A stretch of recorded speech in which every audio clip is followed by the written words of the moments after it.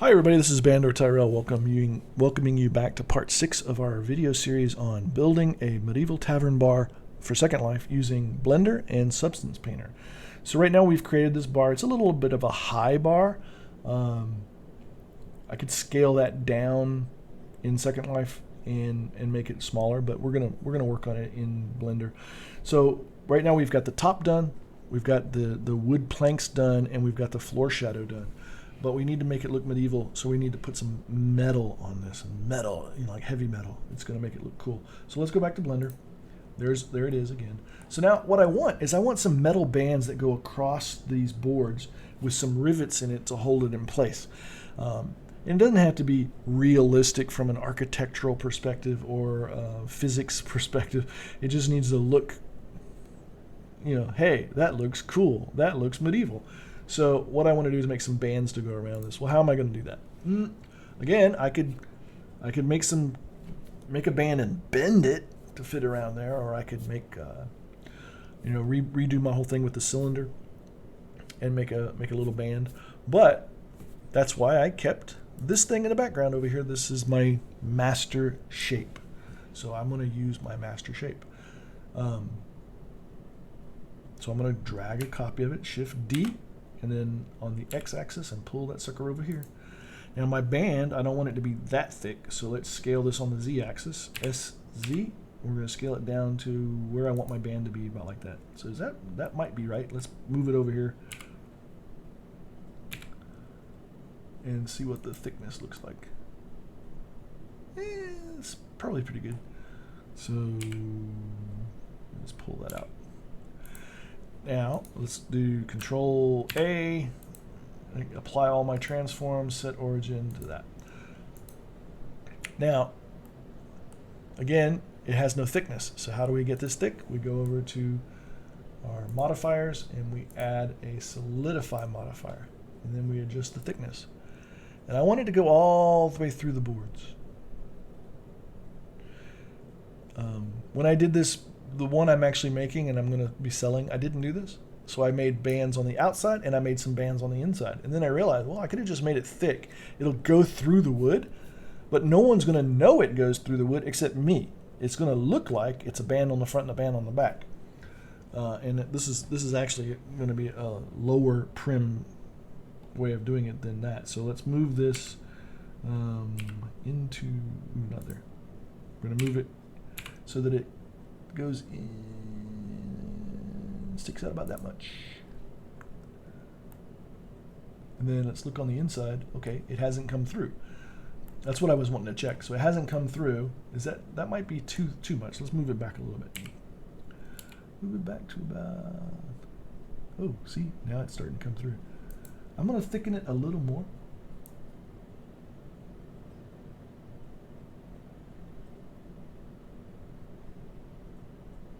I think that's good. Okay. Now let's go over here and move it on the y-axis until it sticks through the same way on this side.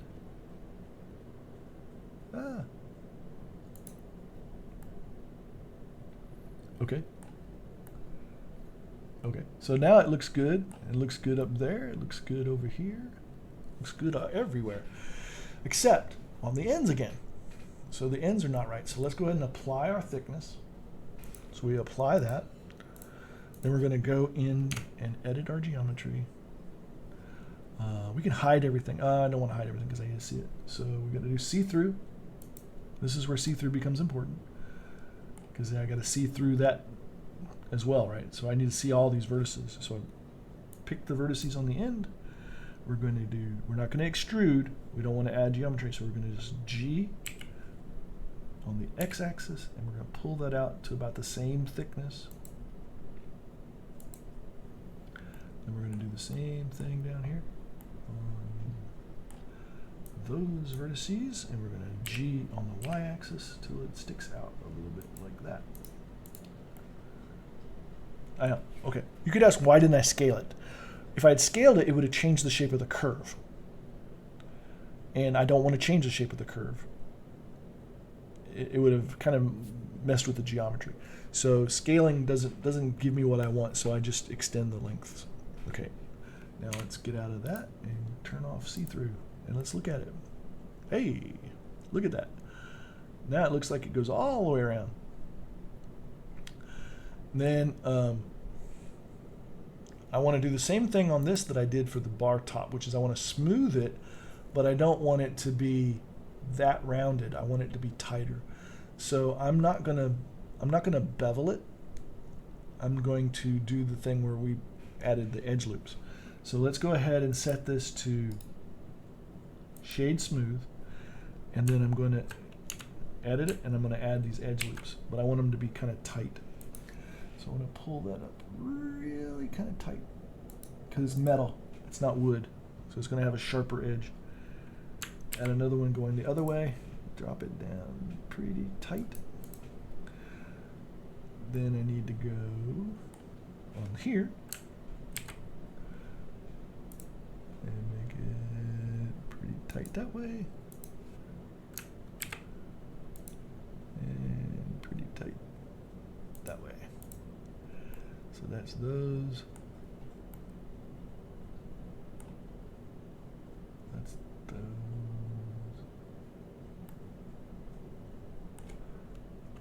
And now it looks good. See? It looks beveled even though I didn't bevel it. That's beveling without beveling. Looks like one big giant uniform piece of metal. All right. Now, that's not where I want it to sit though. I want my band to be close. I want it to be at the top. So we're going to move that up. Right up there, up to the wood. And then I want it to go at the bottom, so I'm going to duplicate it. Oh, before I duplicate it, it doesn't matter. I can do it either. I was going to UV map it, so I could UV map it now, or I can UV map it later. I'm only going to want one metal object. I don't want 18 pieces of metal floating around, so I'll wait till the very end. So we're going to just go ahead and duplicate that. Shift D on the Z-axis, and we're going to drop it down. I don't want to go all the way to the bottom. I want the wood to stick out, so maybe there. And then I want one more in the middle of those, somewhere in the middle. At least that it looks aesthetically pleasing. It doesn't have to be exactly in the middle. Shift D, Z, and then pull it up about there. Maybe a little higher. G, Z. That looks pretty good. So now that looks pretty good. All right, now we're going to put in rivets. Well, there's a bunch of different ways you can do this. You could edit them. You could edit the geometry. You could add the edge loops and create little boxes, and then extrude those boxes up. That's a lot of work. I'm too lazy, so I'm just going to add a cube. Actually, I'm going to add a cylinder. Shift A, mesh, cylinder, but I only want my cylinder to have 6 sides. It's going to be hexagonal. Then I'm going to rotate that on the y-axis so that the face comes towards me, 90. And that's okay. Looks like a hex nut. Now maybe I want the point at the top. So let's rotate that on those x-axis, 90 degrees. Get the point at the top and the bottom. Then let's move that up here like that a little bit. Let's move it up. Okay, now it's there. Let's scale this sucker down. We're going to scale it long first, so I want to get it on the x-axis. We're going to scale the x-axis out, make it longer. Now we can scale the whole thing down. Yeah, and then that's what happens. I can't see it anymore. So move it on the G on the x-axis to pull it back out. It's still too big, so we got to scale it more. Scale, scale, scale, scale, scale, scale, scale. And then move it up so that it's inside there. Ooh, that didn't go where I wanted it. Let's move it over here to the flat area. G on the y-axis over to about here. And then G on the z-axis down to there. And then if we scroll in and look at that, it's still too high. I actually think it's too big still, so I'm going to scale it down about like that. And then we're going to move it in, so G on the X, and insert that bad boy so it just sticks out like so.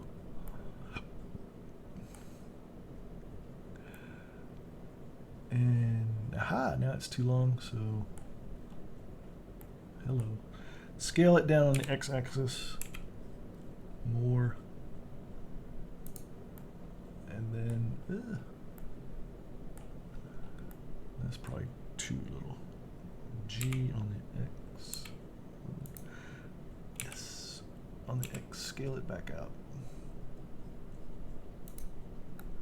Oh, no, not that much. But move it on the X-axis until it's about there. And you're just guesstimating it to get it about the same distance on both sides. That looks pretty good.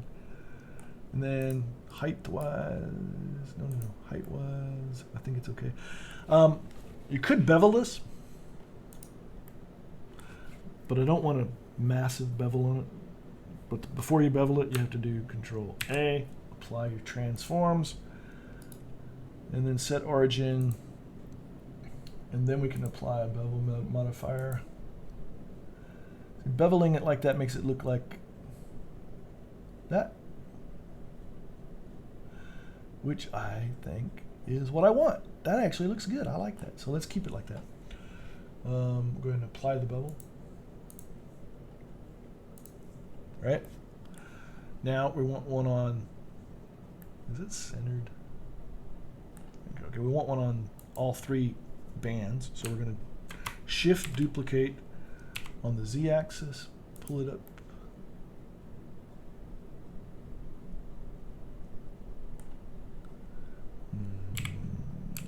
I'm just eyeballing it. And then we're going to go down to the bottom one as well.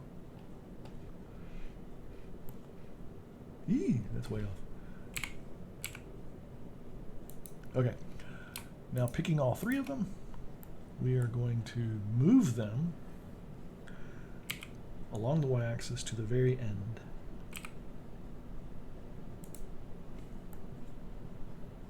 So that they go into that last board. Like about there. Then what I want to do is I count the boards. 1, 2, 3, 4, 5, 6, 7, 8, 9, 10, 11, 12, 13, 14, 15, 16, 17, 18, 19, 20. 21, 22, 23, 24, 25, 26, 27, 28, 29, 30, 31, 32, 33, 34, 35, 36, 37, 38, 39, 40, 41, 42, 43, 44, 45, 46, 47, 48, 49, 50, 51. So there's 51. So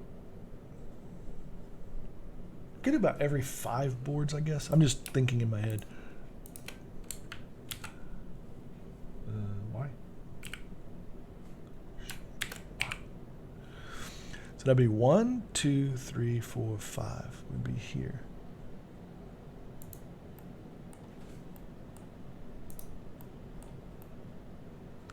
Okay, that's not right.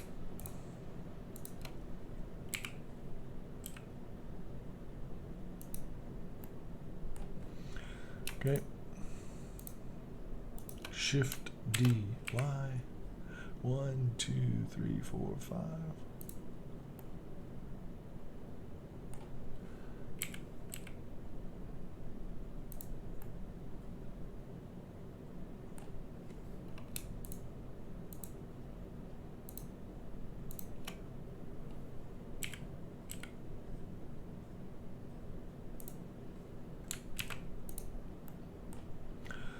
All right.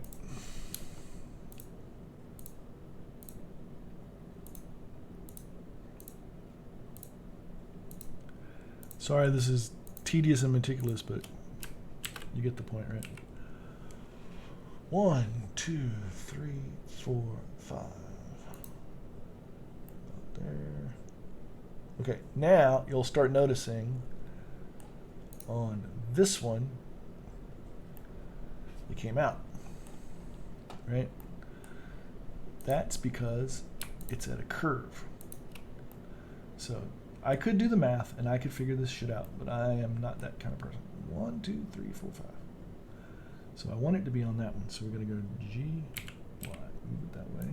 We're going to rotate on the Z-axis by hand until we think it looks about right. And then we're going to move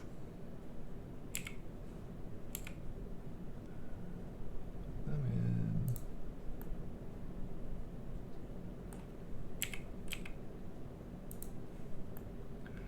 And then they went back in a little bit, so you got to pull it back out. And they look okay. So the next boards are going to be 1, 2, 3, 4, 5 right here. So I have to do this one more time.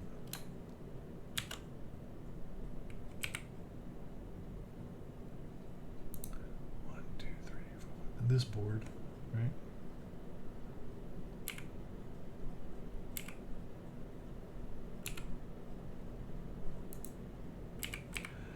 And I'm just doing this by hand. I'm just guessing. I don't really know. And then I rotate them on the Z-axis till they get where I want them. It's longer on this side, so still need to rotate them on the Z a little more. And then move them in. Keep moving them.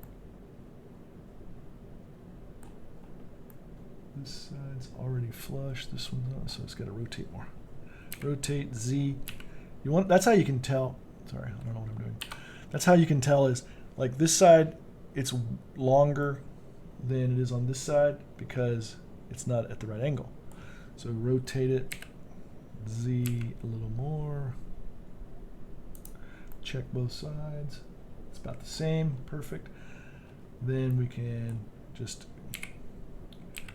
work on sticking them in. Get it close, then that'd be perfect. All right, that's good. Now the next one's going to be 1, 2, 3, 4, 5, which is right here. And for that one, it's going to be 90 degrees off. So I can just take this, pull it over to here, rotate 90. GX 1, 2, 3, 4, 5 goes there, and then move them in about there. Check the inside, looks good. And then one more time, Shift D. Now it's on the X-axis, and pull it to the end. G. There. Okay, now it looks good. So now we just select all of these and all these, but it's easier if we just select everything and then select everything and then unselect that, and it's still selected.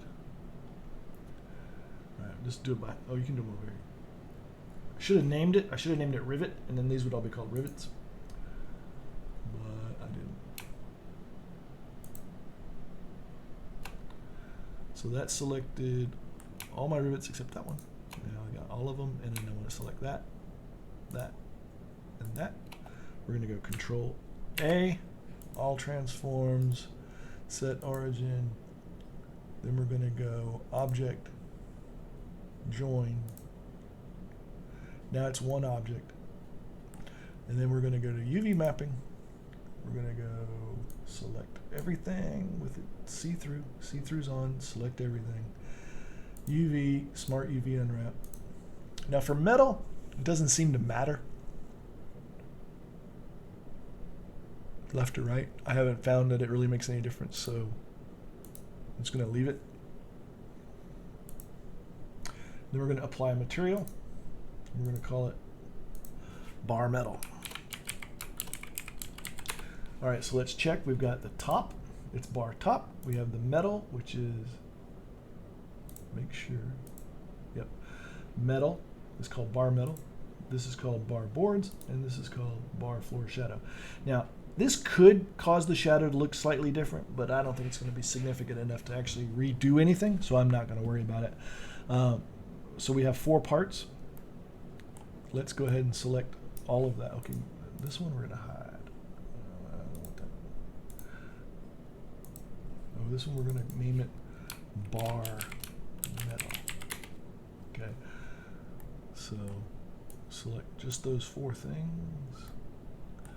File, export, collada, and we're going to go bar final. Nope, bar almost final. Last step, I will show you how to make it look beat up and rugged. All right, so we have that. Now let's go back to here, and we're Substance Painter, and we're going to go to Edit Project Configuration. We're going to select bar almost final.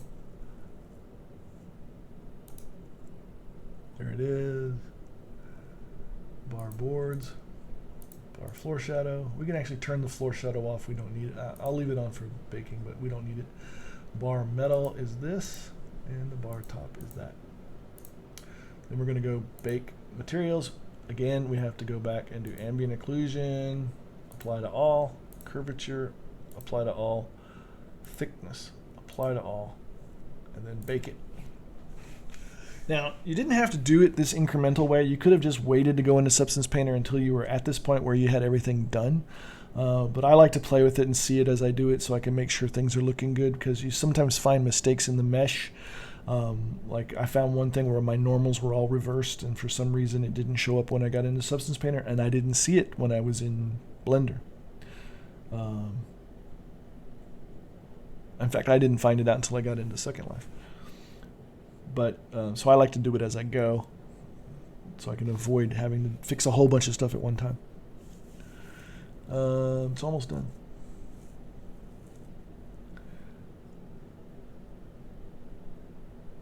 Yeah, it's really looking good. Uh-oh.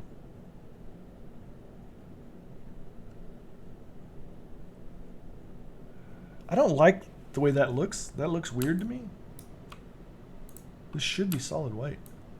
Oh, there it is. It's the reflection. Phew.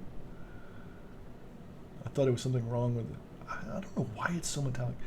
I got to figure that out. I'm going to spend some time and try to figure that out. But anyway, it is what it is. It's done. So we can go ahead and do File, Export to Texture.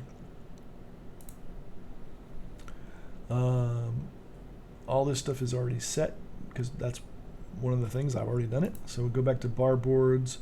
We just want the AO. We do need to regenerate that because the boards are going to have shadows on them that they didn't have before, so we need to regenerate it. Floor shadow, I don't care about. I'm not going to do. The bar metal, we only want the AO. And the bar top, we only want the AO, so let's go ahead and hit that. So we'll generate 3 files. Let's go back into Second Life now. I'm going to delete this. We don't need it anymore. And we're going to do build, upload, mesh. Oops, I did bulk. Build, upload, mesh from my documents folder. It's called bar almost final. And then I'm going to change the size because it was pretty big. I'm going to do 0.5 and see what it is. I don't know, half, maybe too small. But, you know, for this test purposes, it doesn't really matter. Then let's calculate our weights and fees. So this is going to be 18 Li, which to me is too much, and it's going to cost that much. Now it's starting to get some geometry in here, so I can change this. So I'm going to try to I cap this one at 1,000, put this one at 100, and put this one at 50. Now it'll break down. When you pull your camera away, it'll break down, but as long as it doesn't break down before you get far enough to be like out of the building, it should be okay. So let's calculate that and see what it did to the cost. Now it's only 4.5 Li. So it's going to be 5 Li as opposed to 19 Li. And the cost went down. The cost is 10 lens. But okay, so there it is. Drag it down. and then back up until the laying thing shows up. Then I'm going to go to my textures folder and take that floor shadow and stick it back on there. So I didn't have to reproduce it. Yay, I got my floor shadow. So now I have those 3 parts. I'm going to go ahead and upload those 3 images. Bulk. From my export. It's called bar metal, bar boards, and bar top.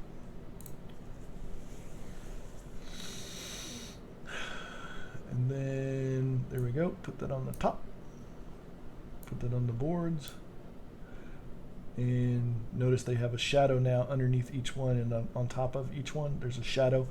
Ambient occlusion shadow wasn't there before. And then the metal.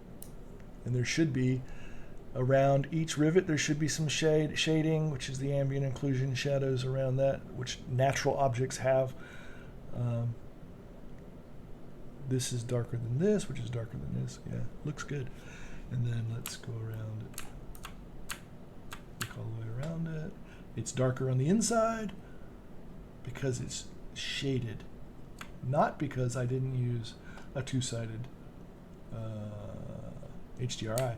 It is going to naturally be darker in here because this top is covering it, so which is the way you want it. All right, so that is looking good. All right, so that was the end of part 6. Part 7, we're going to work on roughing it up to make it look beat up, because it's so pristine, right? It looks so clean, and then and texturing it. So we'll do some texturing on it, and we'll make it look a little rough in the next video. So that was the end of part 6. Thank you for watching.